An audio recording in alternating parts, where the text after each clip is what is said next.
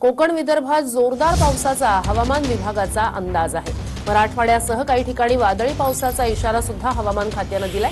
उर्वरित राज्यात पावसाच्या हलक्या ते मध्यम पावसाबद्दल एक धक्का देणारी बातमी आता समोर येत आहे। मुंबईकडून जोरदार पावसाच्या ठिकाणी तुमच्या जिल्ह्यामध्ये येत असल्याची बातमी समोर येत आहे।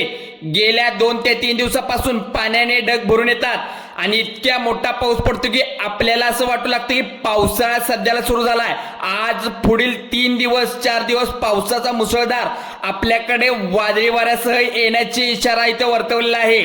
तुमच्या जिल्ह्यामध्ये पडणार असल्याची शक्यता वर्तवण्यात आली आहे। काही भागामध्ये शेती पिकाचं मोठं नुकसान होण्याची दाट शक्यता वर्तवण्यात आली आहे। घराची पत्रे उडण्याची शक्यता आहे। जर झाडाची मुळं कमकुवत असतील तर ते झाड उलटून पडू शकतं।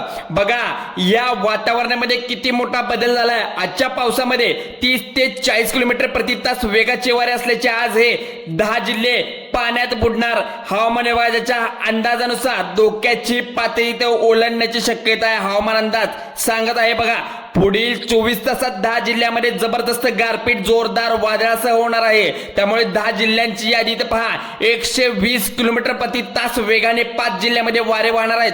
5 जिल्ह्यामध्ये आता 30 ते 40 किलोमीटर प्रति तास वेगाचे वादळ वारं घुसणार आहे। याची हवामान अंदाजाने इशारा इथं आपल्याला वर्तवला आहे। सर्व मोबाईलला मेसेज आला असेल बघा, प्रत्येक मोबाईलला हवामान अंदाज जो जिओ असेल कुठला पण सिम कार्ड असेल त्या ठिकाणी मेसेज येतो तुम्हाला। त्यामुळे 2 ते 3 दिवसापासून महाराष्ट्रात कुठे कुठे जोरदार अवकाळी पाऊस सुरू आहे हे आपण या व्हिडिओच्या माध्यमातून पाहू शकतो। बघा या ठिकाणी विश्वास ठेवा, तुम्हाला तुमच्या मोबाईलवर या ठिकाणी मेसेज येऊ शकतो 3 ते 4 तासात तुमच्या जिल्ह्यामध्ये पाऊस कोसळणार। मग कोणत्या जिल्ह्यामध्ये पाऊस कोसळणार आहे हे सुद्धा आपण सांगतो।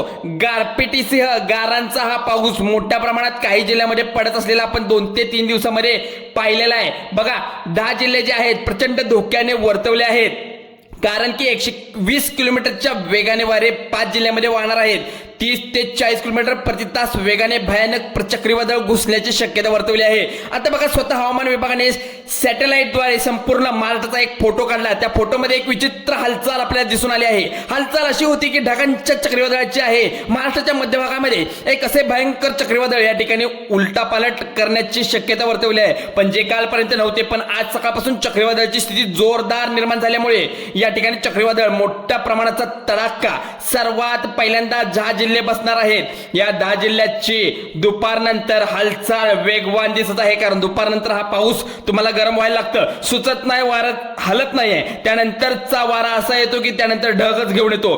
तो पाऊस गारपीट असा पडणार आहे, गारांसह पाऊस वेगाचा पाऊस असणार आहे। घराचे पत्रे सुद्धा उडू शकतात, त्यामुळे तुम्ही सावध राहा। 10 जिल्हे उद्ध्वस्त होण्याची शक्यता इथं आता हवामान खात्याने वर्तवली आहे। आज कोणत्या जिल्ह्यामध्ये पाऊस पडण्याची शक्यता वर्तवली आहे पाहिल्याशिवाय व्हिडिओ बंद करू नका, कारण परिस्थिती हाताबाहेर जाण्याची शक्यता आहे। नागरिकांनी आता घराबाहेर निघू नका, स्पष्ट आदेश देण्यात आले। तुमच्या मोबाईलवरती गेल्या 3 दिवसापासून या ठिकाणी बऱ्याच ठिकाणी गारपीट झाल्याचं मोबाईलवरती मेसेज झाल्याचं येऊ शकतं। आता पहा 2 ते 3 दिवसात काही या ठिकाणी पाऊस झालाय, पण शेतकऱ्यांचे प्रचंड नुकसान झाले। जे काही पीक असतं 3 महिन्याचं पीक इतकं नाश झालंय, तुम्ही पाहिलं असेल प्रत्येक व्हिडिओमध्ये शेतकऱ्याचं मोठं नुकसान झालंय।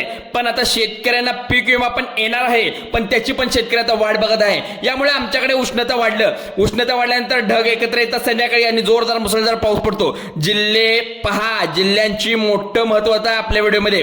गारपीट होते, विषय बदलतात, आता चक्रीवादळाचा भयंकर विषय निर्माण झाला। यावरती आता तुमचा भरोसा बसेल नसेल स्वतःचा हवामान। बघा हवामान विभागाने सॅटेलाइटद्वारे महाराष्ट्रावरून एक मोठा फोटो काढलाय, म्हणजे मुंबई जे आपलं अरबी महासागर अरबी समुद्रातून जो वारा येतो, मुंबईकडून जे वारे वाहतात, जे पश्चिमेकडे वाहतात, तिथून मोठं वादळ निर्माण होण्याची शक्यता इथं वर्तवली आहे। पण आता हे हवामान अंदाज वर्तवल्यापर्यंत जे आता 31 मार्च पर्यंत हा पाऊस दाखवला आहे, पण तिथून पुढे कितपत वाढू शकतो याचाही अंदाज या 10 जिल्ह्यांना मोठा दिला आहे। यांना आता अर्जंट सूचना ऑरेंज अलर्टची दिली आहे, रेड अलर्ट अजून येणार आहे। बघा महाराष्ट्रभर आणीबाणीची इशारा दिला, गंभीर रेड अलर्ट दिला आहे। 2 ते 3 दिवसाच्या पाठीमागे असंच या ठिकाणी लोकांना वाटलं होतं, शेतकऱ्यांना वाटलं होतं उन्हाळा कुठं घेतोय, परंतु इतका मोठा पाऊस झाला की प्रचंड शेती पिकाचं नुकसान झालं। ढगाचा विस्तार इतका वाढला की त्या ढगाने वजन एवढं झालं की पाऊस हा प्रत्येक जिल्ह्यात प्रत्येक गावात पडलाय, तेव्हा पाण्याचे थेंब या ठिकाणी एक एक टपोरे मोठमोठे थेंब होते आणि त्यानंतर तिथं म्हणाल तर गारांचा थर साचलेला होता. रस्त्यावर तुम्ही पाहिला असेल एवढा मोठा गारांचा थर. फोनवर मेसेज सुद्धा तुम्हाला येऊ लागतो.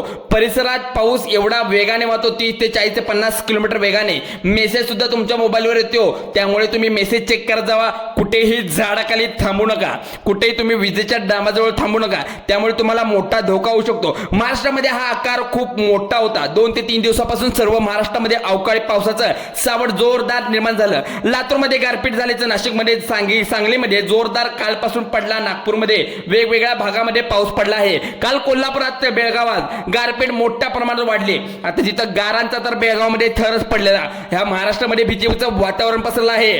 पण मग तुमच्या जिल्ह्यामध्ये आज काय परिस्थिती आहे? तुम्हाला वाटलंय की आज ऊन पडलंय, आम्हाला कशाची जास्ती नाही, सगळीकडे ऊन आहे, पण आभाळ या ठिकाणी एकदम पाण्याने भरून येतं. अचानक अंगावर काटा येणारी गारपीट सुरू होते, ज्यामुळे घराचे पत्रे उडण्याची शक्यता आहे. काही भागात जनावरांचे नुकसान होऊ शकतं.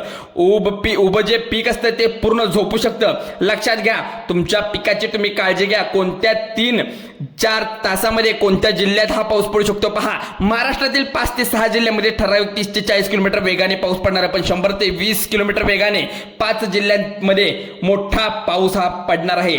त्यामुळे धोक्याचा इशारा तर सर्वांना दिलाय. पण मार्च महिन्यात कधी सुरू पाऊस पडत नाही, पण अचानक का हा पाऊस पडला?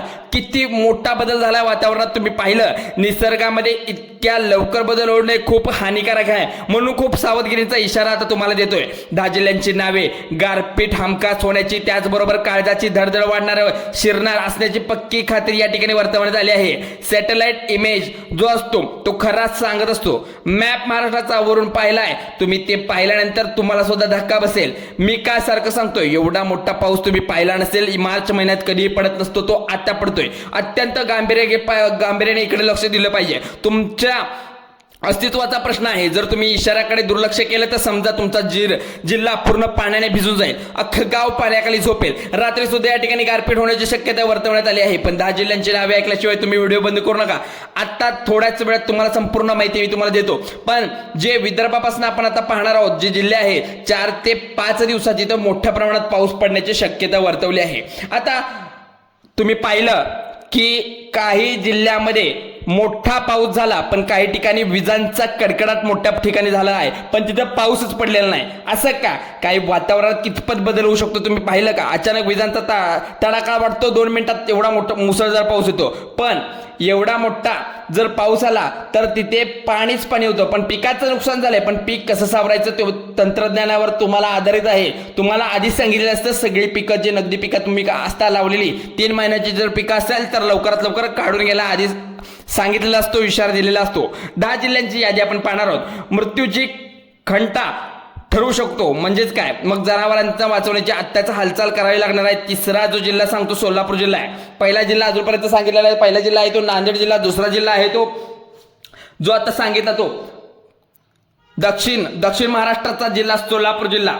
त्यानंतरचा जिल्हा गडचिरोली जिल्हा. केंद्रबिंदू इथं ठरतो फळबागांचा, निसर्गाचा कुऱ्हाड सोलापूर जिल्हा आहे. म्हणजेच काय? आता पाहिलं 4 नंबरचा जिल्हा बुलढाणा जिल्हा आहे, विदर्भ आहे. प्रवेशद्वार गारांचा मोठा पाऊस पडू शकतो. आज येणाऱ्या या ठिकाणी वादळामुळे गारा आणि पत्रे उडण्याची शक्यता वर्तवली आहे. पण तुम्हाला मी एक सांगतो, संभाजीनगर असू दे, मराठवाडा असू दे, या ठिकाणी मोठ्या प्रमाणात वारं खेळलंय. त्यामुळे या पुढचा जिल्हा 6 नंबरचा चंद्रपूर जिल्हा, इथे सुद्धा मोठ्या प्रमाणात पाऊस पडण्याची शक्यता वर्तवली आहे. त्यामुळे सर्व जिल्ह्यातील काळजी करायचं काम नाही, कारण की आता तुम्हाला सांगतो पाऊस पडायच्या आधी आपण इशारा देतो. त्यामुळे तुम्ही आत्ताच तुमचे पीक काढून घ्या. आता केळी बागा बघितला असेल तुम्ही, केळी बागांमध्ये सुद्धा मोठ्या प्रमाणात केळीचं नुकसान होत आहे. त्यानंतरचा जिल्हा आहे गोंदिया जिल्हा. गोंदियामध्ये सुद्धा मोठ्या प्रमाणात विजांचा कडकडाट आणि ढगफुटी होत आहे. त्यामुळे तुम्ही सुद्धा सावध राहा. त्यानंतरचा जिल्हा हिंगोली, तिथे सुद्धा मोठ्या प्रमाणात जीवितहानी होण्याची शक्यता आहे. 10 लातूर जिल्हा, 10 नंबर